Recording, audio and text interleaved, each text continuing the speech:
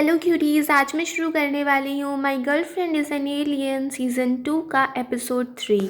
Episode start होता है उस गार्डन से जहाँ पे जाओकी ने फैंगलैंग के ऊपर सुपर पावर्स का यूज़ किया था, बट फैंगलैंग पे उसका कुछ भी असर नहीं हुआ था। जाओकी उसके पास आती है बट फैंगलैंग उससे परेशान हो चुका था। वो कहता है कि प्लीज़ मुझसे दूर रहो और तुम जैसों पे मैं अपना टाइम वेस्ट नहीं करना चाहता, और वहाँ से चला जाता है। जाओ की बेचारी परेशान हो जाती है कि मेरी सुपर पावर्स ख़राब हो गई क्या, इस पे उनका कोई असर क्यों नहीं हुआ। दूसरी साइड दिखाते हैं फैंगली और जाओबू गेम खेल रहे होते हैं जिसमें जाओबू जीत जाती है।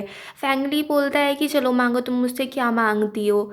जाओबू कहती है कि प्लीज़ मुझे अपनी गर्लफ्रेंड बना लो, जिसे सुन के फैंगली बिल्कुल चौंक जाता है। वो कहता है कि मुझे अभी डेट नहीं करना है, अभी मुझे अपना कैरियर बनाना है, तो डेटिंग उसके बाद ही। इस वजह से जाओबू वहाँ से जाने लगती है, बट उसको याद आता है कि जब वो टॉर्टोइस फॉर्म में थी तो फैंगली ने उसको 2-3 बार हिट किया था, जिसकी वजह से उसका सिस्टम थोड़ा डैमेज हो गया था, जिस वजह से वो फैंगली से बदला लेना चाहती थी। और वो सोचती है कि एक दो मुक्के मार दूँ इसका सिस्टम भी थोड़ा डैमेज कर दूँ और फिर यहाँ से जाऊँगी। तो वो जैसे ही फैंगली को हिट करने वाली थी, फैंगली कह देता है कि चलो हम डेट करते हैं, जिसे सुन के साउबू तो खुश हो जाती है बट फैंगली दुखी हो जाता है। फैंगलैंग के रूम में फैंगली उसको बता रहा होता है कि आज एक लड़की मुझसे डेट करने के लिए बहुत ज़्यादा इंसिस्ट कर रही थी और फिर मैंने उसको हाँ बोल दिया। फैंगलैंग कहता है कि अभी तुम्हारा कुछ कैरियर नहीं है, तुम उसका ख्याल कैसे रखोगे, और उसने तुम में देखा है क्या, तुम इतने एवरेज लुकिंग हो। तो फैंगली और दुखी हो जाता है। वो कहता है ऐसा किसी ने मुझसे पहली बार कहा है। फैंगलैंग उससे कहता है कल मेरी मीटिंग है और कुछ दिन तुम यहीं पे रहो, यहाँ पे कोई नहीं ढूंढेगा, और जैसी गैलरी का काम पूरा होगा मैं तुमको बुला लूँगा। फिर फैंगली अपने रूम में ही नहीं जा रहा था, वो फैंगलैंग के साथ ही सो रहा था कि बचपन में भी तो हम साथ ही सोते थे ना। मगर फैंगलैंग उसको बेड से गिरा देता है और कहता है कि सुबह मेरी मीटिंग है, मुझे टाइम से उठा देना। दूसरी साइड जाओबू और जाओकी यही सोच रहे थे कि सुपर पावर्स ने फैंगलैंग के ऊपर काम क्यों नहीं किया।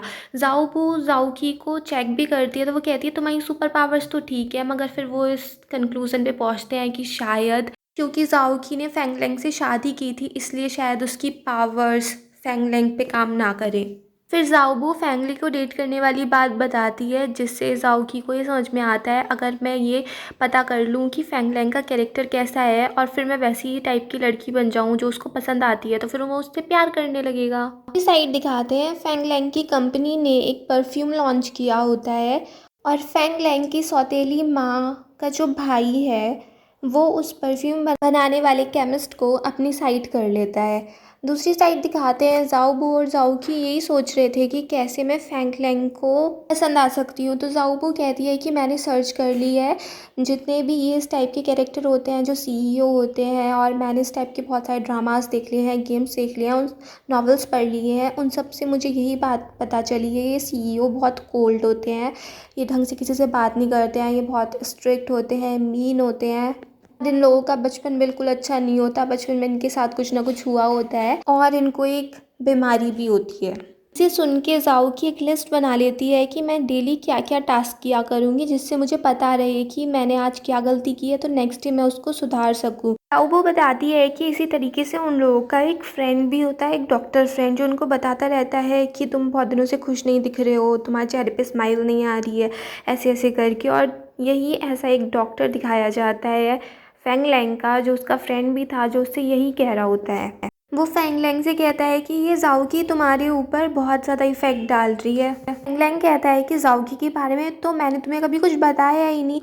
तो वो डॉक्टर कहता है कि तुम्हारे असिस्टेंट ने ये वीचैट पे मूवमेंट्स डाल रखे हैं कि आजकल हमारे बॉस को क्या हो गया है, इसलिए मैं काम टाइम पे फिनिश कर रहा हूँ। फैंगलैंग कहता है कि जाओकी और कोई नहीं, बस एक फ़ैन है और परेशान करती रहती है।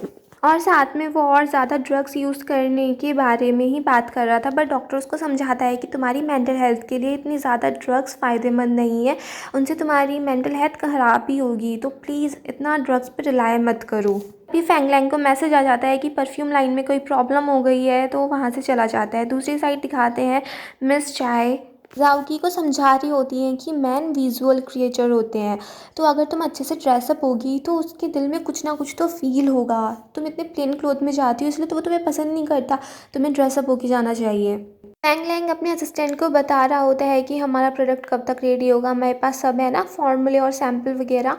उसका असिस्टेंट कहता है कि सब चीज़ें, उनको लगा था कि उनका बिज़नेस ठीक ही जाने वाला है, बट दूसरी साइड उस सौतेली माँ के भाई ने तो गड़बड़ कर ही दी थी। और साथ में फैंग लैंग अपने असिस्टेंट से कहता है कि तुमने जो वीचैट मूवमेंट्स डाल रखे हैं उन सबको डिलीट कर दो और आगे से ऐसा कुछ भी पोस्ट मत करना। फिर दिखाते हैं ताऊ की ब्लैक विडो की ड्रेस में ऑफिस में पहुंचती है आइसक्रीम डिलीवर करने के लिए, और वहाँ पे फैंग लैंग भी उसको देख रहा होता है, क्योंकि मिस चाय उन बॉक्सेस पे ये लिखना भूल गई थी कि वो किस फ्लेवर के हैं, मगर जाओ की स्मेल करके ही बता देती है कि ये इस फ्लेवर के हैं और ये इसके हैं और ये इधर जाने हैं वो उधर जाने हैं। फिर वो फैंग लैंग के पास जाती है सोचते हुए कि वो उसकी तरफ अट्रैक्ट होगा, बट ऐसा होता नहीं है।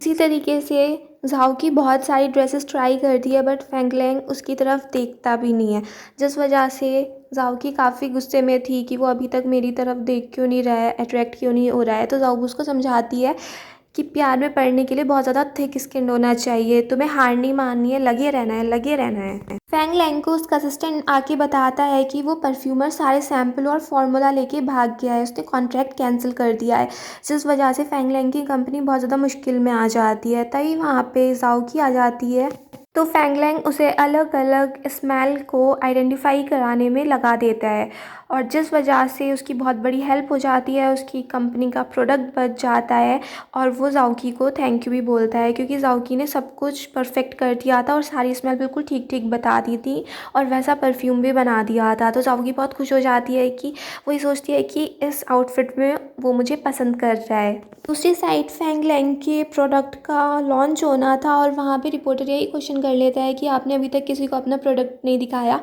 और क्योंकि उसको लगा था कि इसके पास कोई प्रोडक्ट नहीं है, बट ऐसा होता नहीं है, और फैंग लैंग उनको अपना प्रोडक्ट दिखा देता है, जिसकी वजह से फैंग लैंग की सौतेली माँ के भाई का प्लान कैंसिल हो जाता है। दूसरी साइड दिखाते हैं फैंग ली अपनी मॉम से बात कर रहा होता है, तो उसकी मॉम कहती है तुम अच्छे से पढ़ाई करना और वापस आके अपने भाई से कंपनी छीन के उस पर राज करना, मगर वो कहता है कि आप भाई के खिलाफ ऐसी गलत गलत बातें क्यों बोलती रहती है। तभी उसकी मॉम देखती है कि पीछे जो झाड़ू लगा रहा था वो चाइनीज़ था, तो पूछती है कि ये तो चाइनीज़ लग रहा है, और इतने में ही फैंग ली फ़ोन कट कर देता है। फैंग लैंग अपने असिस्टेंट से कोई गिफ्ट उस रेस्टोरेंट में भिजवाने के लिए कहता है जाओकी के लिए। जाओकी जब पार्सल खोलती है तो उसमें एक बहुत ही ब्रांडेड बैग रखा हुआ था, जिसको देख के मिस चाय कहती है कि वो तुम्हारा शुगर डैडी बनना चाह रहा है, इसीलिए तो उसने इतना महंगा पर्स बेचा है। जाओकी कहती है कि मुझे उसे डेट थोड़ी ना करना, मैं तो सिर्फ इतना ही चाहती हूँ मेरा मिशन जल्दी से जल्दी कंप्लीट हो जाए, बट मिस चाय कहती है कि तुम्हें एटलीस्ट उसको थैंक्स तो बोलना ही चाहिए। फैंग लैंग अपने एक क्लाइंट से मिलता है और वहाँ पे उसको ड्रिंक करनी पड़ जाती है, जो उससे बिल्कुल भी कंट्रोल नहीं होती थी। वहीं पे दिखाते हैं जाओकी भी पहुँच गई थी, क्योंकि उसको फैंग लैंग को थैंक्स बोलना था, बट वो डिसाइड नहीं कर पा रही थी कि वो अंदर जाए या नहीं। तभी वो देखती है कि असिस्टेंट हैन फैंग लैंग को लेके आ रहा होता है, और असिस्टेंट हैन एकदम से ही फैंग लैंग को जाओकी को पकड़ा देता है कि ये तुम्हारा पड़ोसी है, तुम इसको घर पे छोड़ देना, और वहाँ से चला जाता है। फैंग लैंग नशे में था, वो जाओकी को देख के कहता है मिस्टर हैन तुम कब से स्कर्ट पहनने लगी, तुमने लिपस्टिक भी लगा रखी है। जैसे ही जाओकी वहाँ से जाने वाली थी, फैंग लैंग उसको बुला लेता है और उसके साथ ही जाता रहता है। उन लोगों को कोई टैक्सी भी नहीं मिल पा रही थी, और इतने में ही फैंग लैंग को एक ट्रॉली मिल जाती है और वो उस ट्रॉली में बैठ के कहता है कि मुझे तो मेरी कार मिल गई, चलो मुझे लेके चलो। जाओकी बड़ी परेशान हो चुकी थी कि ये फैंग लैंग कैसी हरकतें कर रहा है, तो उसको लेके जाने लगती है। तभी फैंग लैंग तारों को देख के कहता है कि मेरा मन है कि मैं इन तारों के बीच में जाऊँ, इनको बहुत करीब से देखूँ। जाओकी उसकी विश पूरी करने के लिए टाइम को रोक देती है, सब कुछ स्टॉप कर देती है और फैंग लैंग को लेके हवा में उड़ जाती है, आसमान में पहुंच जाती है। वो लोग तारे चांद वगैरह को देख रहे होते हैं, फैंग लैंग भी बहुत खुश होता है, उसको भी बहुत अच्छा अच्छा फील हो रहा था। जाओकी को देख के वो कहने लगता है कि वो भी उड़ सकता है, और वो कहता है कि मैं अपने प्लानट का सुपरमैन हूँ। फिर वो जैसे ही अपना कोट एक सुपरमैन की तरह से बांध लेता है, और फिर वो उड़ने ही वाला था, फिर वो कहता है मगर मेरे पंख टूट चुके हैं, और वो थोड़ा उदास सा हो गया था। तो जाओकी कहती है कि चलो मैं तुम्हारे पंख बन जाती हूँ। इसे सुन के फैंग लैंग कहता है कि अगर तुम मेरे पंख बनोगी तो मैं तुम्हें हमेशा प्रोटेक्ट करूँगा। फिर दिखाते हैं जाओकी फैंग लैंग को उसके घर पे छोड़ देती है, और वो जैसे ही वहाँ से जाने वाली थी, फैंग लैंग उसको जाने नहीं देता। जाओकी उसको सुलाने के लिए एक स्टोरी पढ़ रही होती है, मगर उसे सुन के भी फैंग लैंग को नींद नहीं आ रही थी। तो जाओकी उसको अपनी कहानी सुनानी शुरू करती है कि एक लड़की थी जाओकी एलियन गर्ल। अपने प्लैनेट से अर्थ पे आई थी और उसका सिग्नलर खो चुका था, इसलिए उसको अर्थ पे रुकना पड़ा। राउकी बहुत ही सुंदर थी, बहुत अच्छी थी, बहुत लिवली गर्ल थी और तभी वो वहाँ पे मिली एक अगली बैड गाय फैंगलैंग से। फैंगलैंग को जाओ की पहली नज़र में ही पसंद आ गई। वो उसको पाने के लिए कुछ भी करना चाहता था। उसने ज़बरदस्ती जाओकी से शादी कर ली, जिसे सुन के फैंगलैंग भी कह रहा होता है कि हाँ, वो फैंग बहुत बुरा इंसान था, उसका सरनेम भी मेरे सरनेम जैसा ही है। फिर जाओकी बताती है कि उस एलियन गर्ल को उसके प्लैनेट वाले लोगों ने ढूंढ लिया, वो उसको ले गए और उसके सिस्टम को अपग्रेड कर दिया और जाओकी फिर से वापस अर्थ पे आई फैंग से बदला लेने के लिए।